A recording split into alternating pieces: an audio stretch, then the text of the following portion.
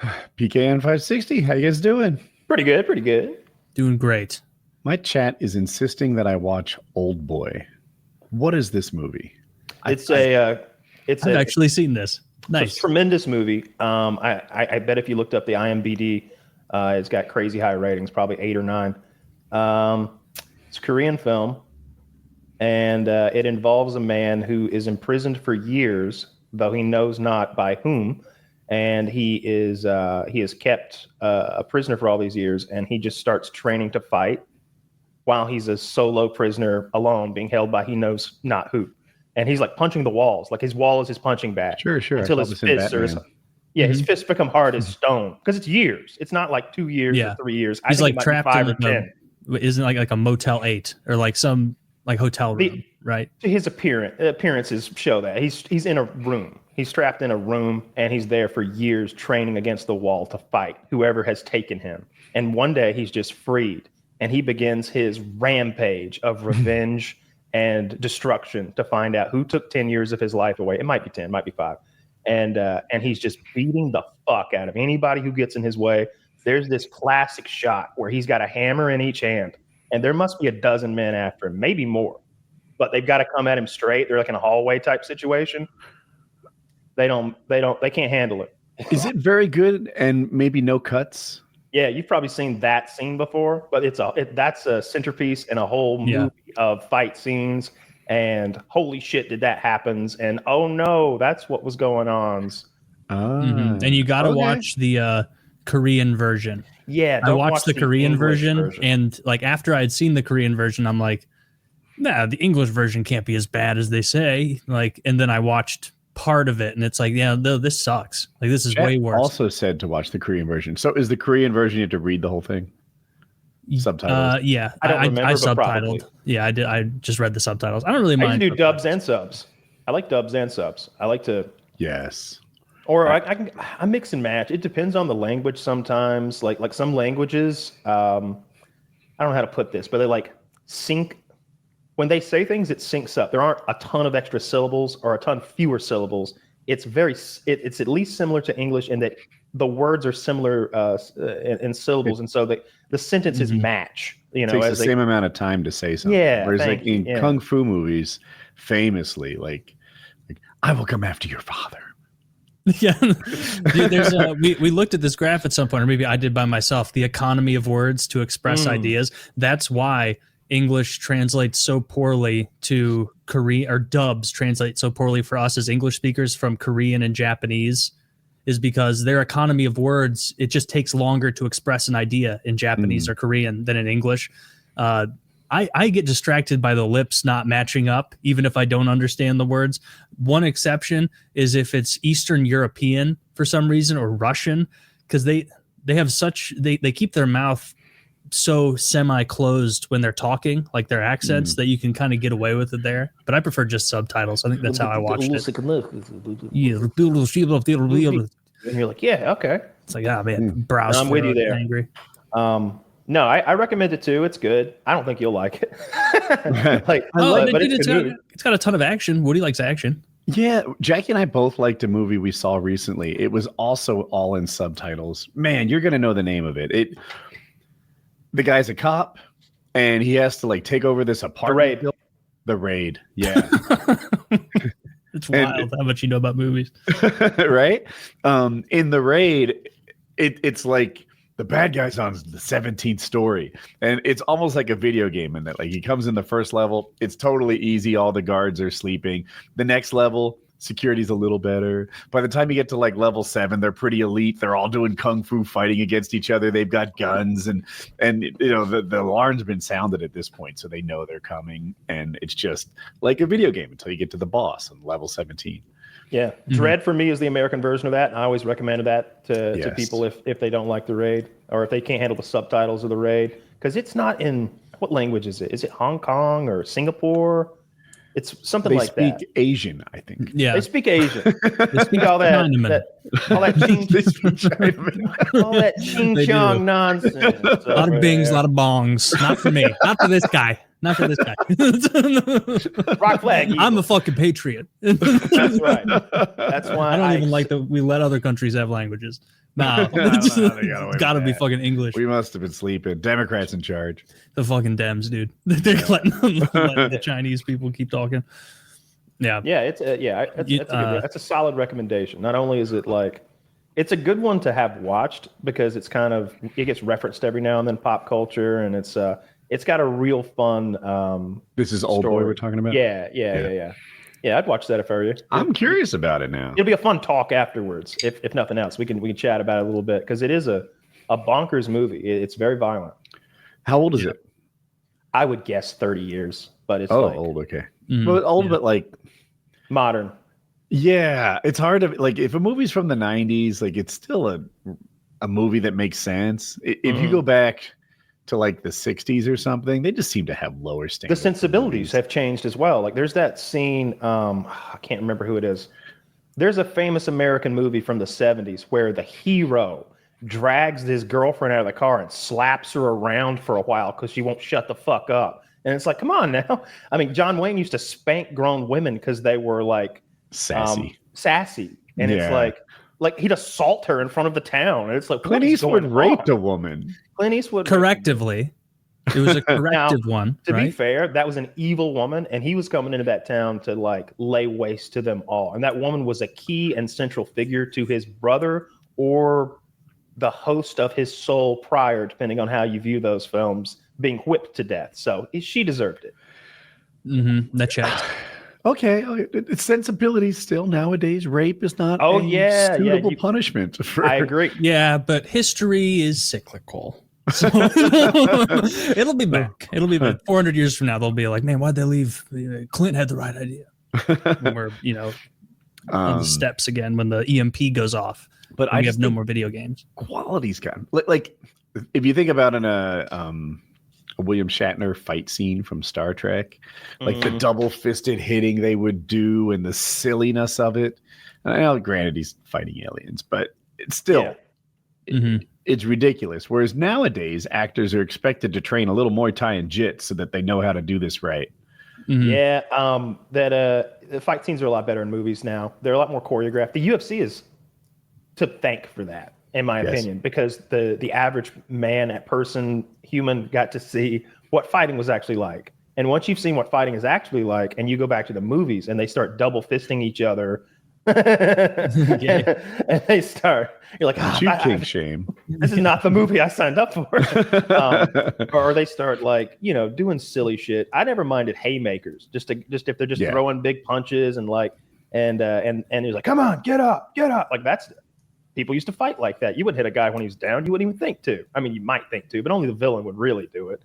Right. I never minded that. But just the silliness of the fight. And of course, like smaller opponents beating bigger opponents without overwhelmingly higher skill levels. Isn't that what a blue belt is supposed to be? Someone who could beat someone 20 pounds heavier than they are. I heard some like jits.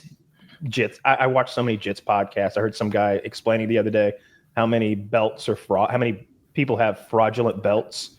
They'll come into his gym and they'll get fraud checked right away. They'll come in with a purple belt. But he was praising a fighter that came in with a purple belt from a respectable school, and he was like, "I want to go back to white. I want to go back to white here." And he's like, "Well, what was the guy actually?" He's probably a blue. He's probably a blue, but he's wearing a purple that this other gym had given him. That was a respectable gym, and they were just kind of talking about how there are levels to that shit. And it makes both sense. ways too. Like there's the purple who really should be a blue. Yeah. And then there's the blue who should really be a purple, who just wants to be the best blue ever, dominates competition after competition with the second lowest belt. And, I've been training for 17 years now. I'm the best blue belt in America. It's like, you fuck. Like, would you go pro already? Like, go pro as a blue belt? Yeah. So Masters, not till Masters dead. What if they had one of those? Really outrank blue? Yeah. It goes I don't like white, that. blue, white, purple, blue. brown, black.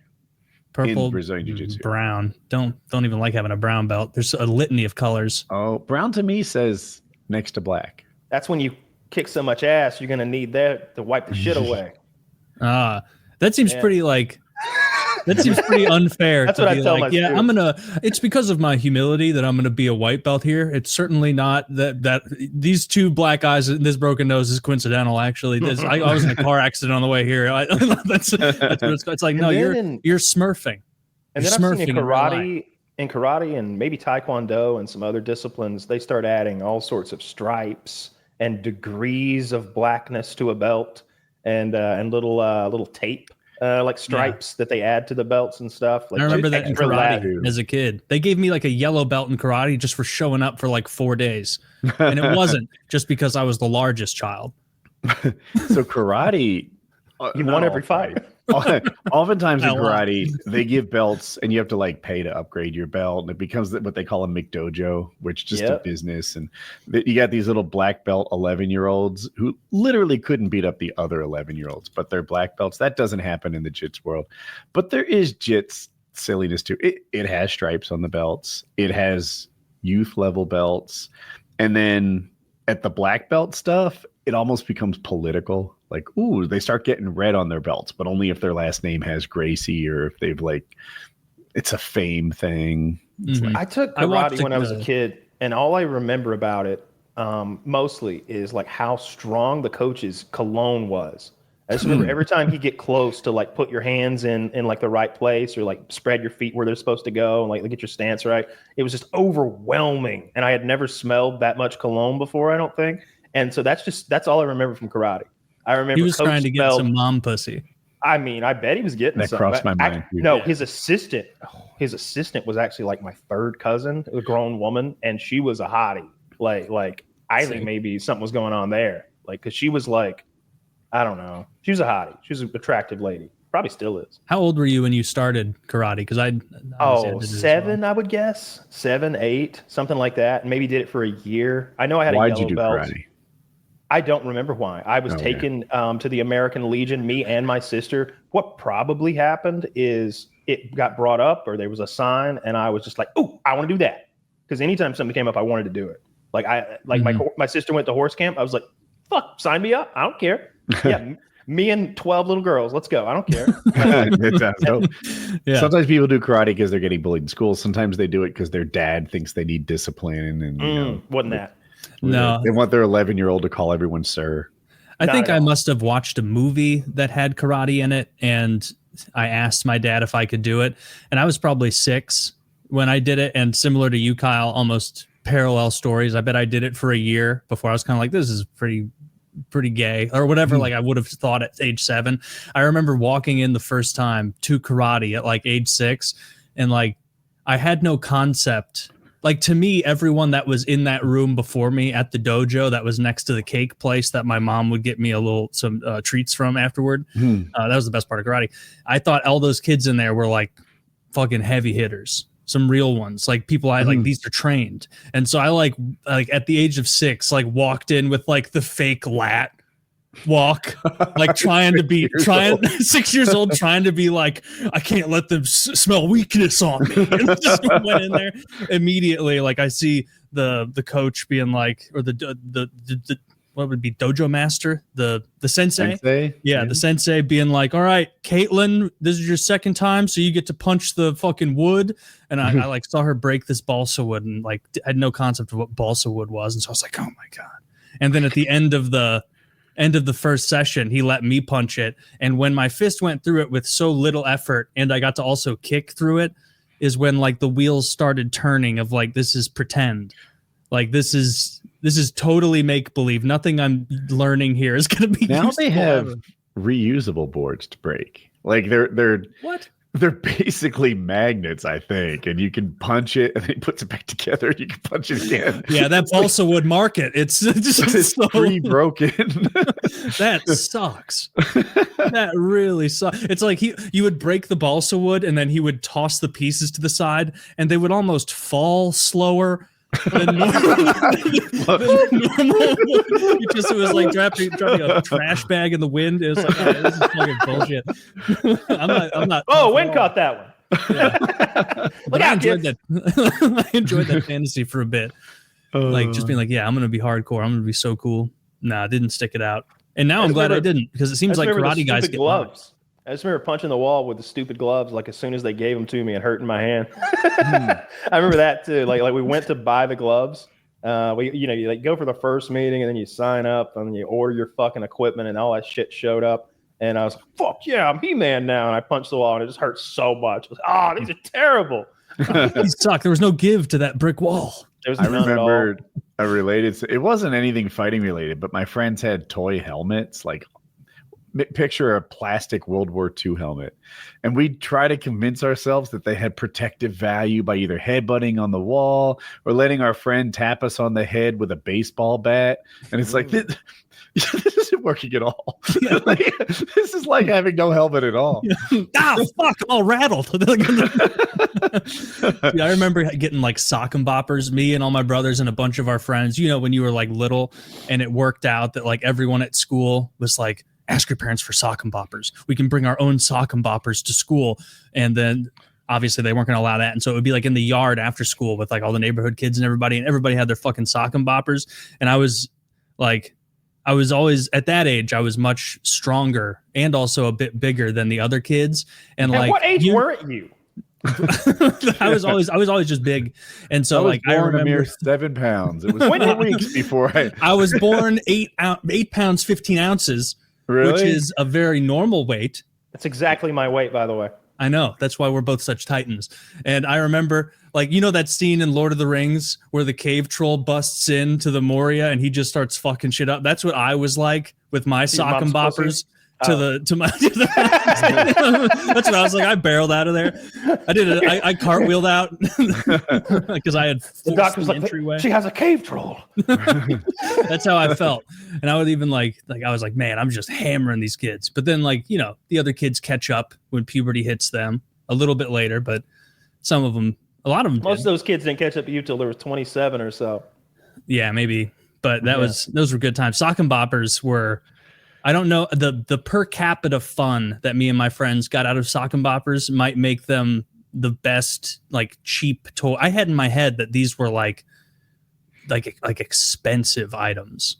I had no concept of money. I just saw that on you remember the commercial? It's like the song, the sock and boppers song. All the kids are having a blast in the yard. Maybe you just missed our age gap there. I remember the toy and the commercials. I was huge into Saturday morning cartoons. It was a ritual for me to get up early and watch. Mm-hmm. And I remember, like, you could feel when the magic was like leaving the airwaves, because slowly He-Man, Power Rangers, Beetleborgs, Pokemon would give way to afternoon news and hockey and stuff like that on a Saturday morning. And I just remember, I guess the day has begun around noon, I guess. But I'd watch cartoons from 7 till noon every Saturday morning. I loved that shit. Ooh, my father would not have alled that much cartoon watching on Saturday. He would have found a reason to be mad at me.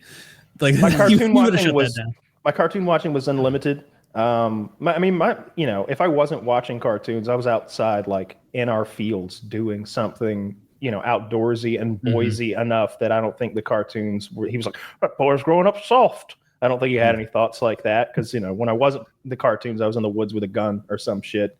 But yeah, loved my Saturday morning cartoons. Never had sock and bop'ems, because that is a toy that's meant to do violence and to hit people with.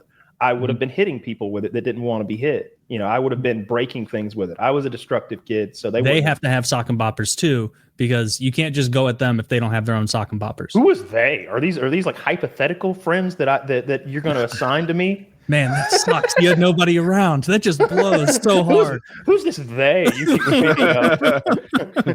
Pay some kids. You don't remember their tagline? More fun than a pillow fight. They were right. Never had a pillow fight in my life. You've never had a pillow fight in your life? Who would I pillow fight with? Your friends for sleepovers. I don't have any friends, Taylor. What are you talking about? You had friends in school. Okay, then. We were just peace loving. That's what it was. That's why we never had pillow fights during the many sleepovers. Yeah. Dude, sleepovers were the best. They were so fun. Just play fucking N64, eat bagel bites. Your friend's mom brings bagel bites down.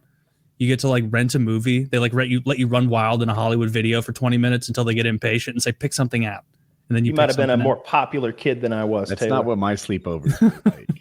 Mine were more sinister. It was like, all right, the parents are going down. Let's leave. Let's fucking. We would sneak out at like 11 p.m. when the parents went down and hop on trains and take them into town, like convenient, 7-Eleven, shit like that. Oh shit! You sound like older sleepovers. Yeah, not like 7-year-olds. No, well. Oh wow, you were doing 9. that. Wow, you were a bad kid doing that. Did any of your friends? You deserve those stilettos from time to time.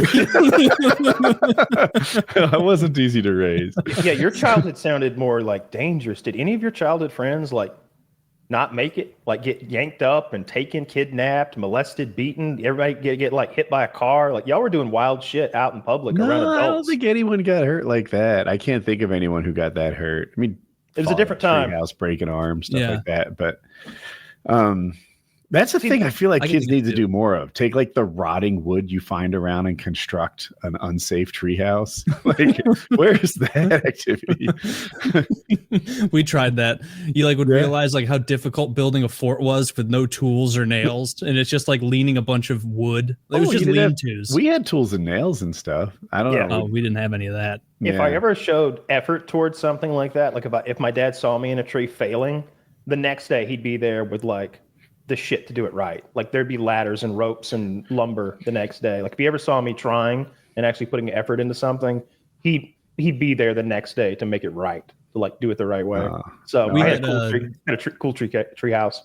Just me up there though. That makes me so sad. From up there, I could look far and wide for friends. There's nothing, Cotton. once again, friendless. Oh, I was as lonely as that Titanic iceberg spotter. Just nothing. We had a treehouse that my dad made. My younger brother and I. My youngest brother was so little, I don't even think he was around yet. And it was just a small treehouse. And happenstance, this is probably 4 years ago now, I had to drive by that old house we lived in to get to a friend's place. Or it was close enough. I like thought about it on the way and was like, I'm going to pop through this neighborhood, see the old backyard, the old house. And it was like dilapidated, fell apart, like the wood was rotted, it had collapsed. And it was like, man, there's something sad about that, because that's the same treehouse where me and my friend Alex after school we were in our mid-20s after work, after school we'd hang out in the treehouse, and my younger brother would want to like come up and play, and my dad foolishly made a ladder that could be pulled up. What the fuck did he think was going to happen? He should have attached the ladder, and there was a bucket on it on a string, and so we would be like get in the bucket. He'd be like, come on, let me up. Taylor, Alex, let me up. And we'd be like, admittance is 3 Coca-Colas and a bag of chips. And it's like, we even asked for 3 so he could have one of them. And then he'd like go back in, he'd load up the basket. We'd be like, the basket loaded. Like it puts the lotion on the skin. And we pull the basket up, and it'd have like the Pringles in there and the sodas. And like, we never like made it last a long time, but we would spook him to think that he'd been had. Where he'd be like, okay, you've got your sodas and the Pringles. Come up so I can have sodas and Pringles with you. And we'd be like, perhaps later. And it would only be like maybe 3 minutes before we like, all right, yeah, there's the ladder. Come on up so we can sit up here and do nothing. But that was always fun. Just a little healthy bullying. Did you guys have like houses you could go? There was a house. I don't know why it was the way it was, but the owner died. And it just kind of deteriorated to the point where the roof caved in. And once we saw the roof fell in, that was our ingress. Like we were able to scale the outside of the home and enter through the hole in the roof. And that's where I smoked my first cigarette, my only cigarette, really. I was like 10 years old, and the dead owner was a smoker. And there's like cigarettes and lighters, and we're like, well, when in Rome. That's so funny. 10 years old. Wow, this sucks. Like, it did suck. You're like smoking the filter. Like you're not even doing it right. When my dad bought that farm, there was already a single wide trailer on it that the previous owner had been renting out. And he sort of pitched that as like, this is free income here. This is part of the package. And, you take in an extra $300 a month here. That pays for all the water. And that, it was this whole thing.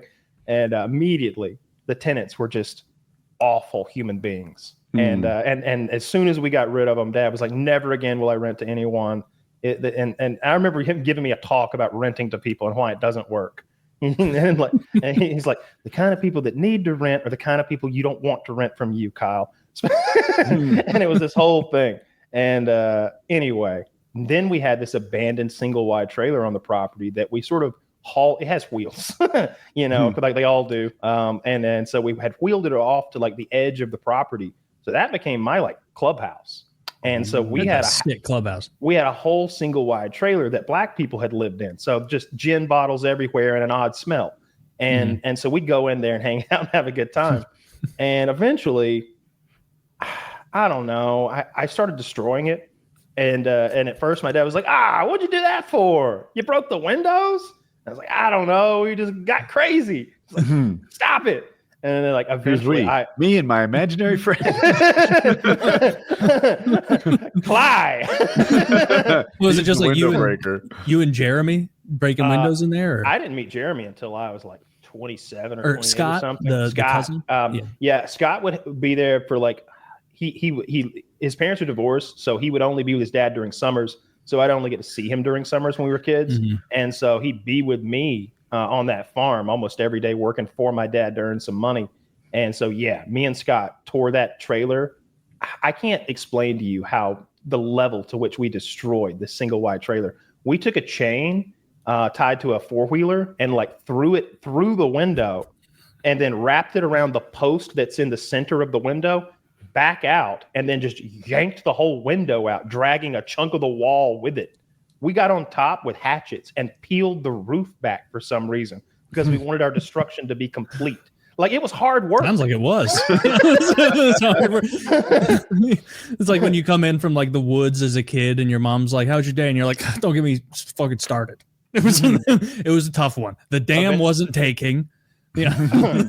Eventually, when one of Dad's chicken houses burned down, they dug this enormous pit with like huge machinery, and we pushed that trailer and the remains of that poultry house into that pit and buried it all. So it's out there somewhere. Nice. But yeah, that was my little clubhouse growing up, was that single wide trailer, and we just absolutely decimated it. I can't believe we didn't burn it down. It would get full of wasps because it didn't have any windows. And so I made a bee suit. We'd go in there and fight the bees, or the wasps rather. That was a big part of my summer fun, was fighting wasps. How effective was your anti-wasp suit? 100%. Oh, 100%. Really? Yeah. Oh, I was not as successful with my childhood. I had a paintball mask on, and then a big, heavy ski mask pulled over that, and then gloves, and I duct taped the pants to the cuffs of the boots, and anywhere there was a gap, duct tape. But it was like it was legitimately 140 degrees that day, and I was in there fighting bees, putting up really exerting myself, and I had a heat stroke, and I was laying on the ground like hyperventilating, and Scott was having to cut me out of the suit because we had taped it up so well he couldn't get me out, and because of there's gloves, you don't have your nails, and you can't get at the tape.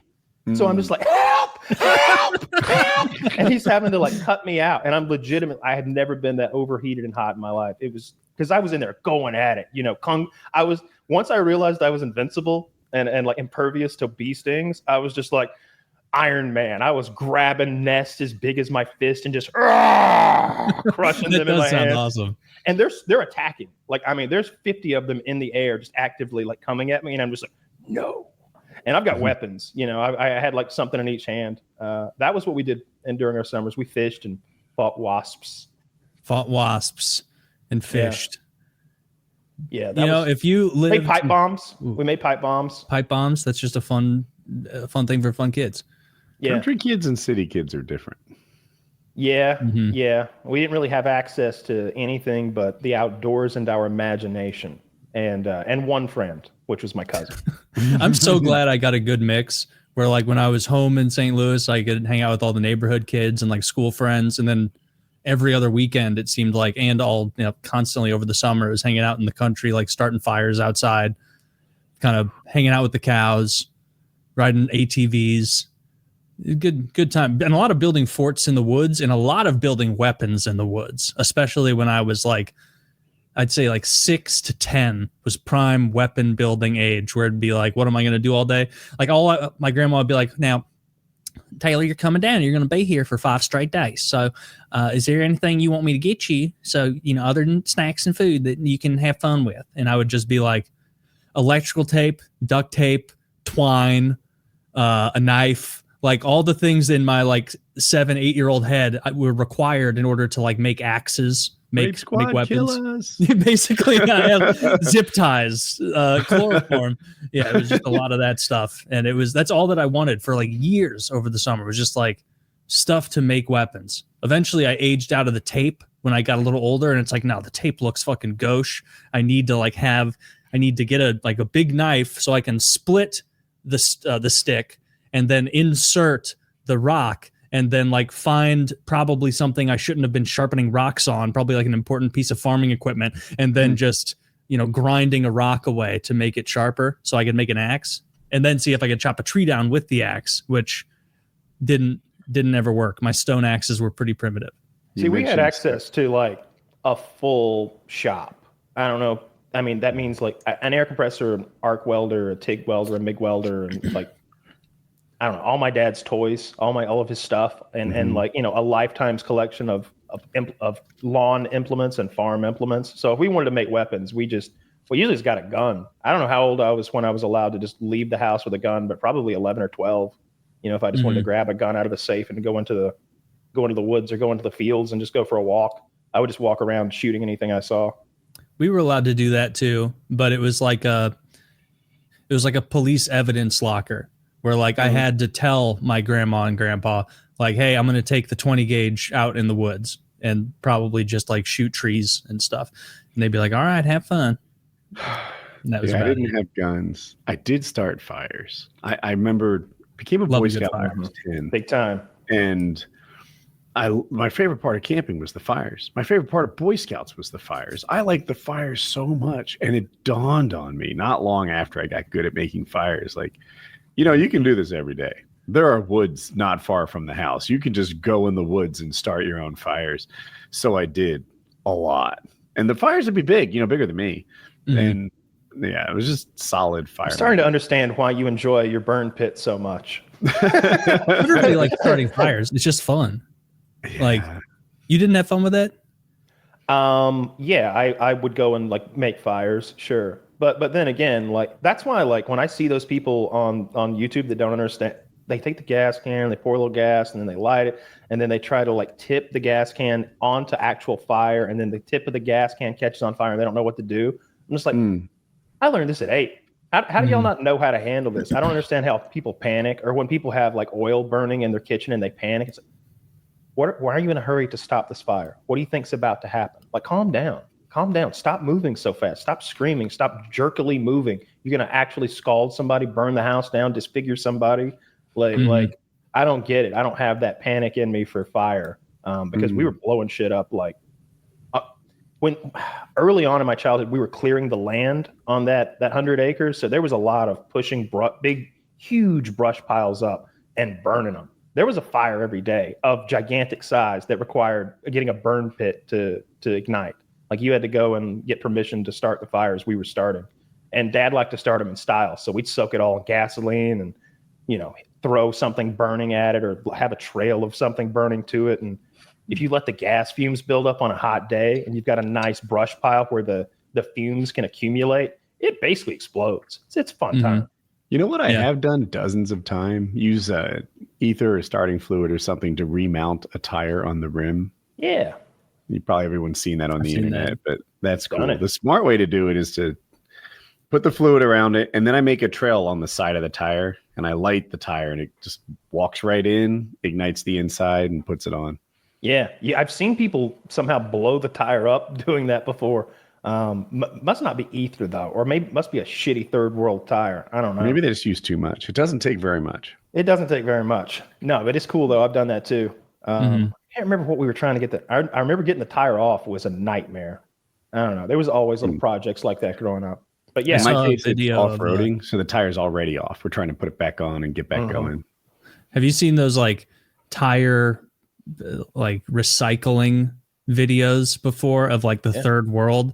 And like I've seen some of them where they're like they shave down all the nonsense rubber and then they do like some sort of wrap of additional rubber to build up the tire. I saw one recently where it was like the like slop account that was posting it was like, look at the ingenuity of the Indians here to reuse tires, and then like they didn't do any of the rewrapping. They just shaved off a bunch of rubber and then cut new lines into it. And I was like, this isn't right. Like this isn't what you're supposed to do.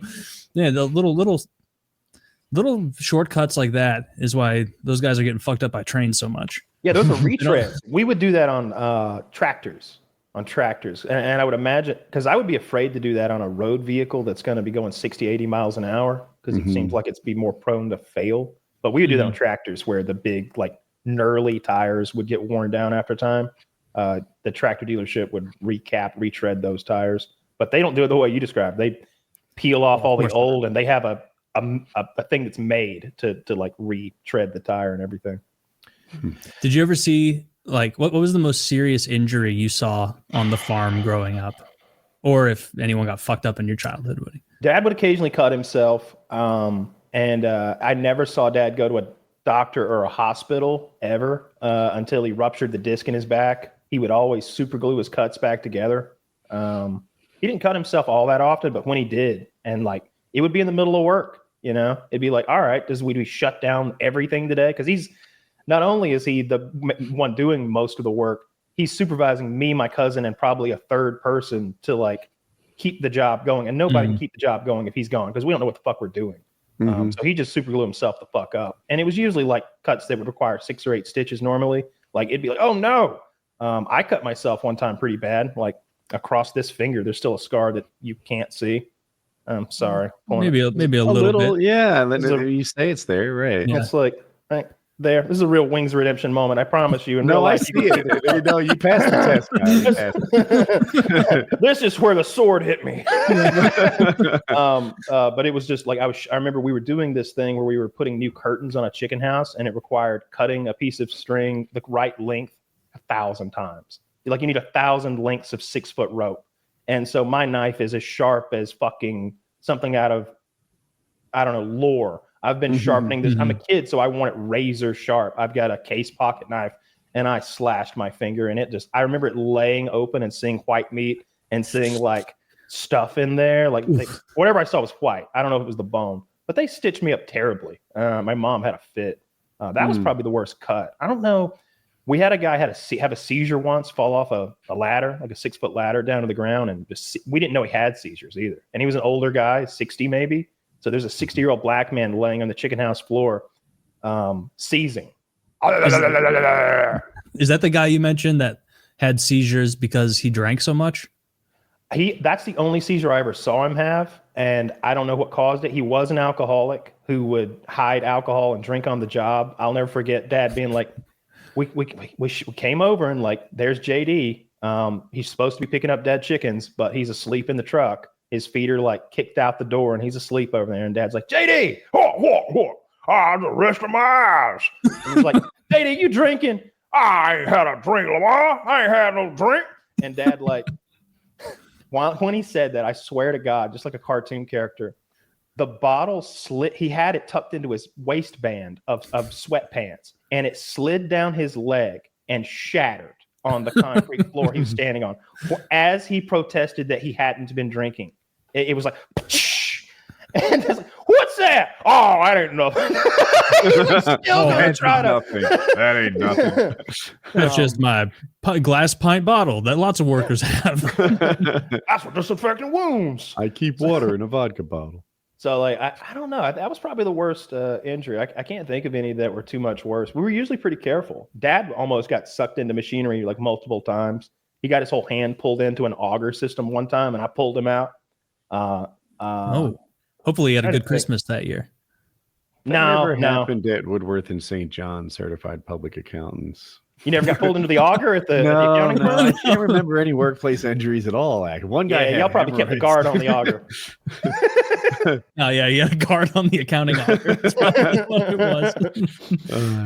Yeah, I don't remember my grandpa really hurting himself too bad, at least not while I was there. Like lots of little cuts, but like that's just something that happens when you're taking care of a lot of livestock and farming.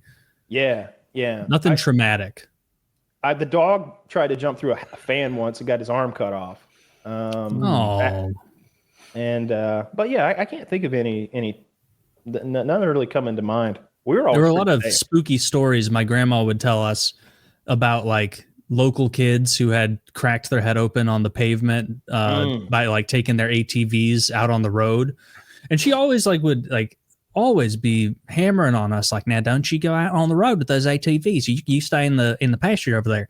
And then like I would always be like, yeah, well, no shit, like I'm gonna go to the grassy, hilly, fun pasture and drive around the cows, and then if I like bother them too much, my grandpa will tell me to go to one of the empty pastures and I can drive around there. Like, why?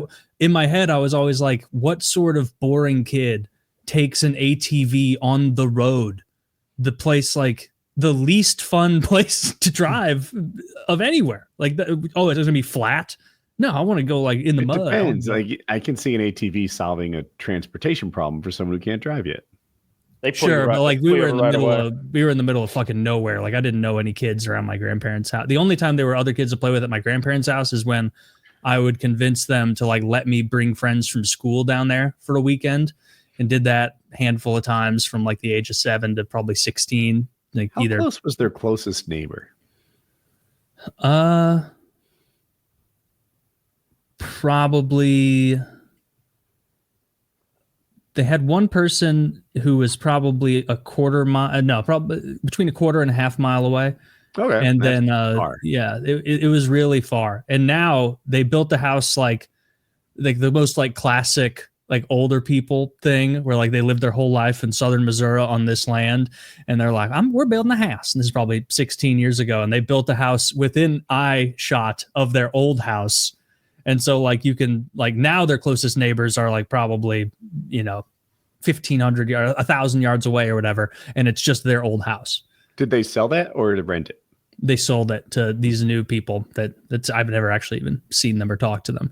It's sad though. Like I took the ATVs up probably 10 years ago just to like see the old farm area. At that point, it wasn't ours anymore. I probably shouldn't have been doing this. And then like looking at all the dilapidated barns and stuff on all the different sections of the farm, and just being like, oh man, like this. It's one of those things like you have so many memories. Just a flood as soon as you get somewhere of memories, and then you see it's like, oh, I remember this. The wood wasn't rotted then, and that roof was definitely on. Like, and there were like lots of cows here instead of no cows. Yeah, you see a tree gone or something. Yeah, it's weird. You can almost feel your brain like rewriting what that reality is. There's like, oh, yeah, I thought it was this. I thought it was never going to be anything else, and now it's that. Yeah, like I'll go home every now and then to my dad's town, and oh shit, all this has changed. Like they'll build new restaurants in town and stuff, especially like big big areas of trees will be cut over and bulldozed down. It's like, oh, it is sad. Dude, getting older is so weird. Like it's just going to get weirder, isn't it? Like when you're 80 looking around at the world and being like, like everything's going to be so shocking. That's I saw Trump's getting a $400 million spy plane.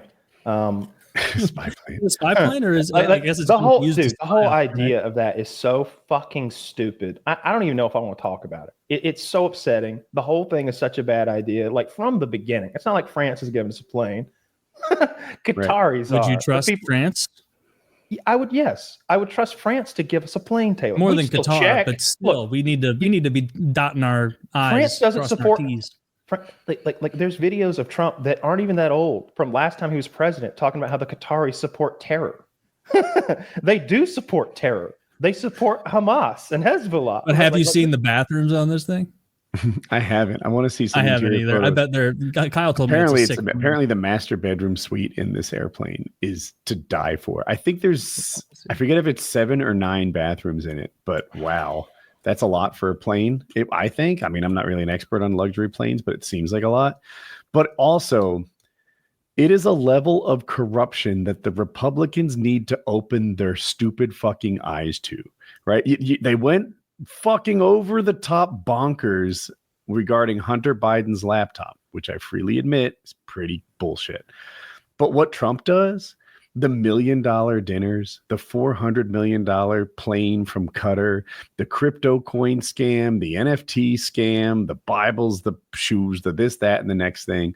This guy is so on the take. Stop pretending it's America first. There's nothing America first about getting a personal airplane to change America's priorities towards Qatar. What's he saying? Is he like, he says, if someone gives you a free plane, you say thank you. So even if they kept it just as Air Force One and he didn't keep it, we'd still have a Qatar plane. And they're not dumb. They're gonna sneak some shit in there. They're gonna be like, oh, right here, this is the cocaine room, and this is the illegal pornography. Epstein, we call it the Epstein suite. And there's definitely no cameras here to compromise you as a politician. The economics of it are absurd. So, like, all right, first of all, the current Air Force One is like a $3 billion plane. It's supposed to be getting replaced. Trump actually negotiated the cost of the replacement and actually did lower the Boeing's number by a huge amount when in his last presidency. I think it's still on track to be at 2027 is when the new one is supposed to be done. But the price didn't stay as low as he said he got it. I think they wanted like 7 or 8 billion, and he got it done for like 3.5. Like he cut the price in half at least. Like he really did. But now, like, let's just say the Qataris give us this old fucking $1 billion plane. Planes, I looked it up, and there are planes of the similar nature that have like the king of somebody had one, and they had to like retire that plane at a younger age than this. Like, it's an out of date plane. It's going to need to be. The cost of stripping it down, making it into what Air Force One is, which is a hardened against EMPs, capable of conducting World War III, fucking continuously flying. It's got 8 bathrooms at least, by the way. There's 6 passenger bathrooms. The president's got one, and the cabin and the crew have one. So like it is already a flying fucking fortress palace that our president has. And he's like, no, that other one's got more bedrooms. The cost of taking that plane, stripping it down, making it secure, which you could never do. I don't care who you are. You could send that to the fucking future and let Jean-Luc Picard go over that motherfucker. Geordie LaForge couldn't find the shit that you could hide in something as big as a gigantic luxury airplane. Yeah. And there's so many ways now of listening in and watching. It could be something that just the metal might vibrate in a certain way, and this thing records those vibrations and then turns them into fucking ice crystals that are dropped out the ass of the plane. Like, technology is limitless now. Who knows how they could listen in on that plane? You would never accept such a thing from even an ally. Even you wouldn't want France building your plane. Sure. You wouldn't want the UK or Australia building your plane. So why would you want the Qataris, who by your own words support terrorism and fund terrorism? Unless you're just a piece of shit. It's crazy. It's not going to save us any money. It's going to cost more money. And the best part is he's keeping the motherfucker when he leaves the presidency. That's what everybody seems to like. You think that's the crutch. Keep it? Oh no, that's the deal. That's not that is the situation. That's what you texted me. You think he will? That is the deal. Those are the terms of the agreement. That is what he is saying. That's openly. pretty fucking crazy. Like they say it goes, and I see people online. They're like, no, it's going to his library. You think they're going to park it in an actual library, put books in it? That's not going to his library means. It means going to his post-presidency slush fund. That's what those presidential libraries are. What are you fucking talking about? Wake up. Read a book. Jesus Christ. Yeah, it should be like, him off with $1 billion. There has never been a president as crooked as Donald Trump. They took Hillary Clinton's $400 necklace away that those brown Asians gave her that time. So there was an Obama so when's it supposed to go staffer was on a podcast, and he told a story. Like, he went to, I think it was Saudi Arabia, it wasn't Qatar, and they're in like the hotel or whatever, starting to check in, and the Saudi Arabians show up with 2 suitcases, and the suitcases are filled with like jewels and trinkets and prizes, and they're like, in our country it is culture to like give you these gifts. And these guys get it, and they're like, what is this? What do we do with these presents? And then the State Department shows up, and they're like, we're here for the suitcases. I don't know what happens to the suitcases after the State Department removes them from the staffers. Maybe they give them back, and it was all a bit of a show just to be part of the tradition, or maybe the State Department keeps them in the government. But these guys on the podcast didn't get to keep the presents. Mm-hmm. And it made me wonder what happens when they send briefcases of presents to the Trump administration.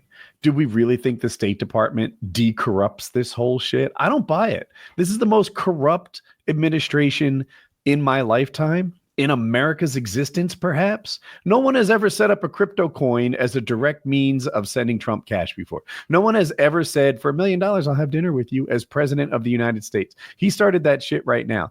And no one certainly has taken a $400 million gift from an enemy, right? Like, what the fuck is this about? Trump's level of corruption is so out front that his cum lickers are like, well, you know, since you're doing it in broad daylight, it's not corrupt anymore. And I'm like, stop slurping down the lies that come from. Because I don't see anybody backing him on this. When they go doesn't talking about it. When I see him interview, when is it supposed to go through? Like when? Because if like he accepts a $400 million plane, that's pretty fucking bananas. I don't see like the Fox News may be carrying his water, but like if you look at what Republicans are saying, nobody's carrying water on this one. I disagree. The head of the Senate, they asked him about it, and he's like, "Well, I guess I need to learn more. I'm not really quite sure." Right, the head of the House, Johnson, same thing. They're like, "What do you think of Trump getting this plane from Qatar?" And he's like, "Well, I don't really know. I haven't heard about it. Is it real?" And it's like, dude, it's been 4 fucking days. Stop pretending you didn't hear about the airplane from Qatar. You lying sack of shit. You're as bad as Trump is at this point. It's like that all cops are bad. Well, no, not all cops are bad, but all cops have the backs of bad cops, right? That is true. All Republicans, seemingly have the backs of a bad president. I think you might be getting. I think you might be in a different. So all the Republicans I see most people making fun of Hawthorne. I'll say was like, I want a big beautiful jet made in America. How could we ever make sure? He echoed what I just said basically, like, or maybe I echoed what he just said. And then they interviewed a gray-haired Republican man. Hawthorne's wow, that narrows it down. Good-looking guy, and he said the exact same thing. I think he was like, how would we ever make that secure? He's like, I don't think we can. I mean, yeah, Ted Cruz is against it. Rand Paul is against it. It's not 100%. And I've certainly seen Marjorie Taylor Greene, Laura Loomer against it. I didn't know about MGT. Big time. But the real leaders of the Republicans, the leader of the House, the leader of the Senate, gave the old, well, I don't know much about it line. I don't think what is the timeline? Do you guys know? Like, because I could, I'm not sure. If he accepts it, that's fucking crazy. That's ridiculous. But I could also see this being it ends like he doesn't end up taking it. I don't think he'll end up taking it. I think there's going to be too much pressure. And then it will have just been a big spaz out over something that doesn't happen. But it is the kind of thing that if he does take it would have happened without the spaz out. Trump has already said he wants it. He's like, if someone offers you a plane like this, you take it. And so the idea that it's some spaz out over fake news would be off target if that's what you meant. Instead, it's Trump's wings got clipped. He wasn't allowed to do this particular avenue of corruption. Yeah, that's fair too. Well, that's ridiculous. I could see him like what do you can't use that as like a government plane for all the reasons Kyle just laid out. That's bananas. Like you have to make your fucking planes here so they're secure. It just doesn't make sense. It's not just the construction of the plane. What would it be used Air Force One? It will be used as Air Force One. Well, that's fucking insane. We can't let another country make our military. I feel Air Force One has like flares that come out of it in case someone tries to shoot it down. Air Force One has air-to-air refueling, so in case they need to keep that thing in the air for like 30 hours, 100 hours, and forever, right? In case he needs to run the country from the sky because it's not safe to land, they can refuel that thing in the air. I really doubt this old Qatar plane has that. It has none of that. Some of that is proprietary, cutting-edge American military technology. It's hardened against EMPs. I don't know how you do that. How does that even I don't know how you have a giant electronic thing that flies be hardened agast. Oh, it's easy, Kyle. You wrap the plane in lead. I don't see a flaw. do you think that might be a little fibbery? And it's hardened against EMPs. No, I know it's 1,000% hardened against EMPs. It would be really worthless if it weren't. It's made to conduct World War III from. It has any number of proprietary American technologies that no one else has that are meant to, in the worst case scenarios, have the president stay safe. Well, I'll believe you because I don't even understand how an EMP works. They make sparkies in the air. It makes a huge amount of electricity that for some reason is a fucking issue. And it shuts down all the important bits and bobs. I know it keep it in stands the for air. electric magnetopulse or something close to that. Electromagnetic pulse. Yeah, if a nuclear weapon goes off anywhere near it. Or if they Magneto, it's named after the superhero. Get it right. We have a similar Oh, level Magneto. of knowledge. Magneto. I'm sorry, I messed it up. Yes. Well, Magneto. Professor I always Xavier thought needs a that better Magneto plan. was I always thought Magneto was one of the cooler ones when I watched X-Men when I was younger. He is. I really liked, and I even had the thought of like, man, as the world becomes more and more plastic, like he does like markedly lose some power. And I would think like a plastic man, like a Plastino or whatever, maybe he would be the Magneto of the future. Like he can just contort plastic. Because think if you could contort plastic and everything, you just like you're as powerful as Magneto. In the year 1931, you're not even close to being as strong as Magneto. So wrong about this. Magneto can pull the iron from your blood.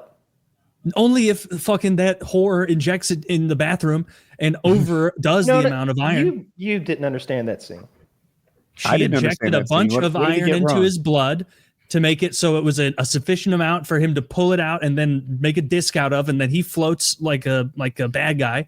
Mm-hmm. Yeah, that's because he needed the disc, but he can pull the iron out of your blood and kill you without adding any extra. He was just the injection was so that he had a disc of metal to. So he just chose to make everybody fight every fight that whole movie when he could have gone, whoop, everybody's anemic. Now you're too tired to fight. Well, Magneto's great. But anyway, he shouldn't accept that plane. I hope to God he doesn't accept that plane. It's so ugly. He was in. Is it ugly? I didn't see a picture of it. No. I just mean. Okay. Metaphorically ugly. Yeah, it's metaphorically ugly. It's a bad look. He's in Saudi Arabia today speaking. I watched the first 10 minutes of that of him sucking the king's dick. Oh, just the best man ever. A great king. Oh, it's so nice to be in your kingdom. Oh. Just fawning over the Saudis. I don't know why every president seems to be subservient to Saudi Arabia. Trillionaires. Yeah, because they're like the richest people. And they control the flow of oil. I don't know how rich they are. They're back on the Fortune 500 list, and they're not really as rich as we said they were. The company it's the individual and it's the country's like treasury and assets. They're building that line thing like out of their pocket. That is the most Arab thing I've ever seen. the most Persian, gaudy, gold, purple carpeted line city. See, the Saudis that thing are is going trying to be weird. So the Saudis are trying to transition their economy. They're not stupid. They see that oil's not going to last forever, and I don't know, 80% of their economy is oil. So they're trying to transition away from that and have all their other things not be subsidized by oil. And tourism is one of the big things that they're moving toward. They think the line project, and there's some other projects that are going to like sustain them in the future. I don't know anything about any of that. I just hope we don't take their fucking plane. And it's embarrassing to even act like we need their plane or want their plane. $400 million. We lost that many drones last week. What are you talking about? It's nothing. $400 million. Yeah. You're the president of the United States. You've got a net worth of like 150 trillion. You idiot. What are you talking about? Have you seen the like mock-ups of what they say the line city is going to look like from the inside? Yeah, that's bullshit. No, that'll never happen. That looks like Star Wars. If it looked exactly like that, it would be the most depressing place on earth to be. Like it's really? just, I think it looks incredible. Dude, it's just a long mall with like a few trees, like and like a pool, like it and a bunch of fucking like Auntie Anne's and Sarku Japans. Who's making it? The Saudi Arabia. Yeah, and even the inside, like it's just dystopian. I thought it looked amazing. Those are like artist renderings. You would not want to live there. I don't know. We'll see if they even complete the thing. But I hope we don't take this fucking plane. It's nonsense to take their fucking plane. We don't need their fucking plane. I don't want their fucking plane. And we should take it and blow it up, an act of dominance.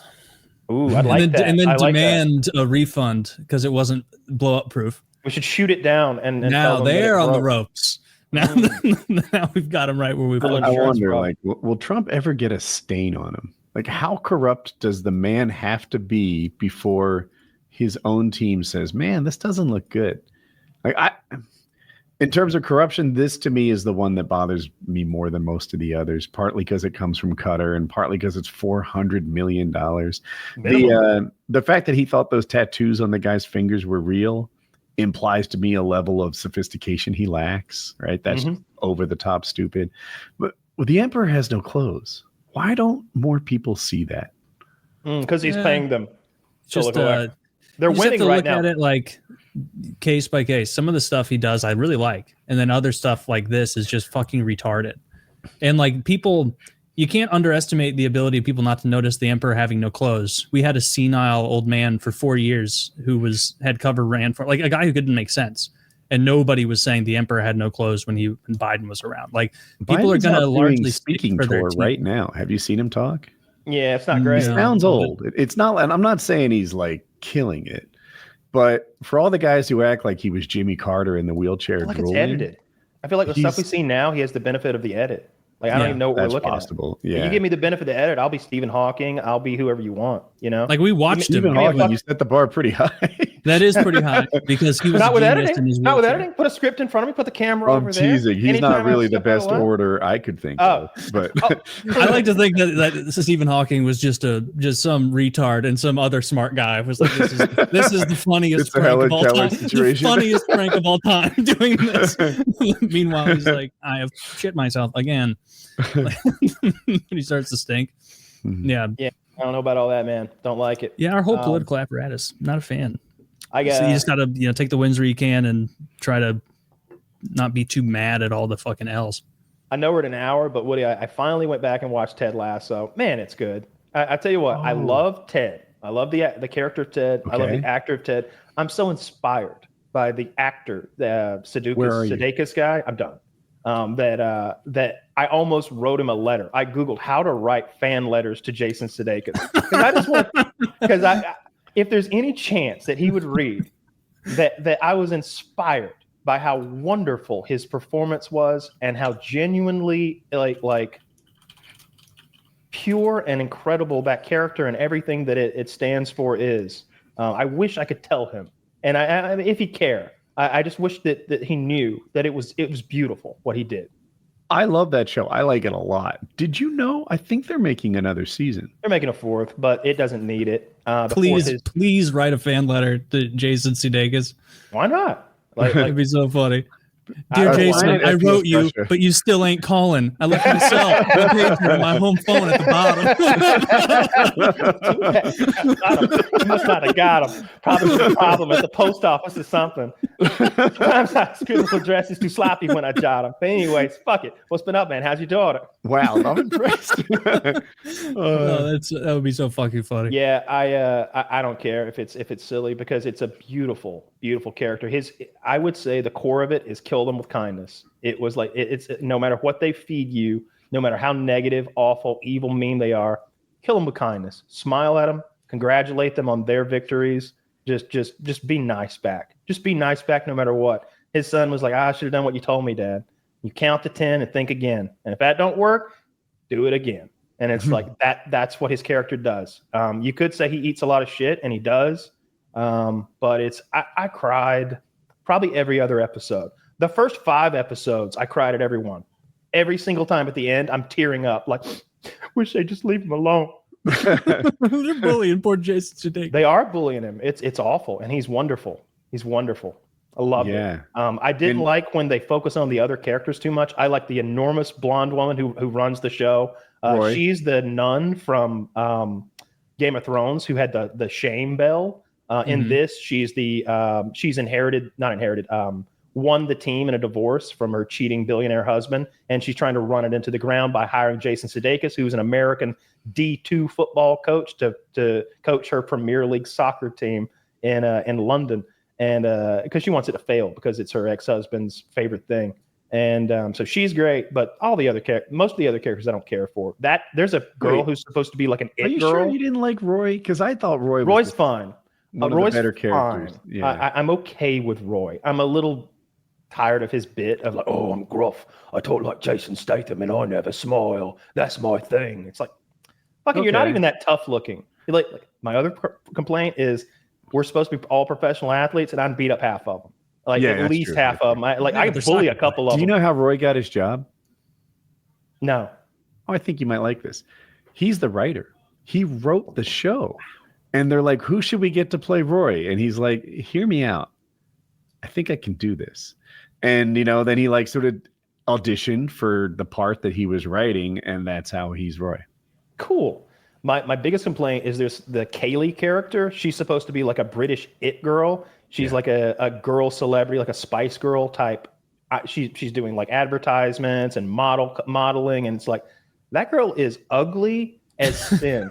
She has these big, goofy, ugly, sticking out to the side ears, and she has a receding hairline that if it were on a man, you would be offered, hey, dude, you know about dutasteride, finasteride, minoxidil? Like, we can fix this little micro needling. Like, dude, you're a good looking guy. We just need to get a little more on top. Like right. She has a extreme, like when they show her from the side, it's like, okay, that's where her forehead stops. And then there's like more baldness, and they pull her hair straight back to make it even worse.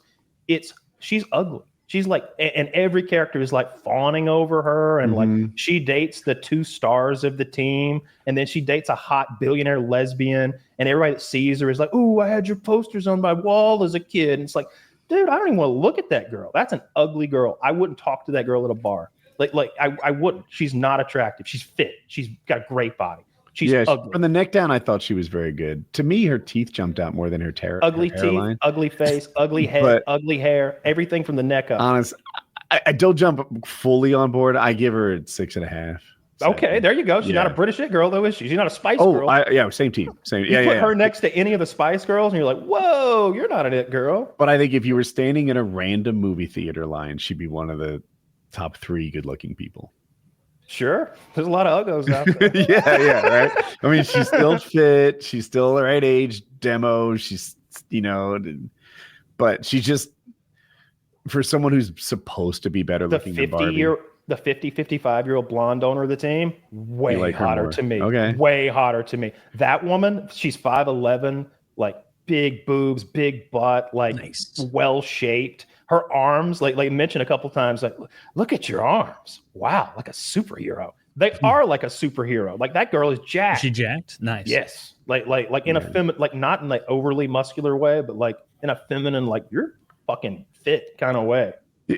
She's fit, everyday fit, if I want to say. Like she's not show ready, so she got all dried out and lean. Yeah, she's not gonna step. Yeah, but she's fit. She stays fit, especially for her age. That's the thing that the old Woody looks at now. Like, oh, are you a hot 22-year-old? That's not hard. That's not hard. Lots of people are hot at 22. If you're hot at 40, wow, I'm impressed with your dedication. You worked on that. Yeah, that's a result of hard work, effort, and a lot of self-control. So yeah, love the show. Can't recommend it enough. I get bored with some of the other characters, but Ted Lasso himself, man, one of my assistant coach. Beard's good. Beard. I liked it so much. There's a scene early on where he plays darts, and I immediately ordered the best dart board from the internet. That's why you were texting me about darts yesterday. Yeah. I literally like it came yesterday. I got to put it on the wall. I got a really nice dartboard cabinet with fancy darts, and like it's got a little laser detector to make sure you don't step over the line. I didn't realize you throw those things from like 8 feet away. I'm going to be good at this. I thought they were across the room making those hard shots. It's way closer. 8 feet away. Maybe I'll show up in 2 days and I'll be like, turns out I'm not very good at darts. But I think I'm gonna fucking be good at this shit. It's like all the things I'm good at. I didn't know you did it from 8 feet away. Yeah. If you're like coordinated and athletic, like you're gonna be fine at darts. Like that's what surprised me playing darts like the first time, like drunk at a bar, probably 12 years ago or whatever, and being like, wow, this is not what I imagined. I can, the best players in the world. Not like drunk. I'm good, but I did see that. Yeah. Or they play not drunk. They play at a very specific level of inebriated, where they're like, would you like another pint, sir? And he's like, what are you, daft?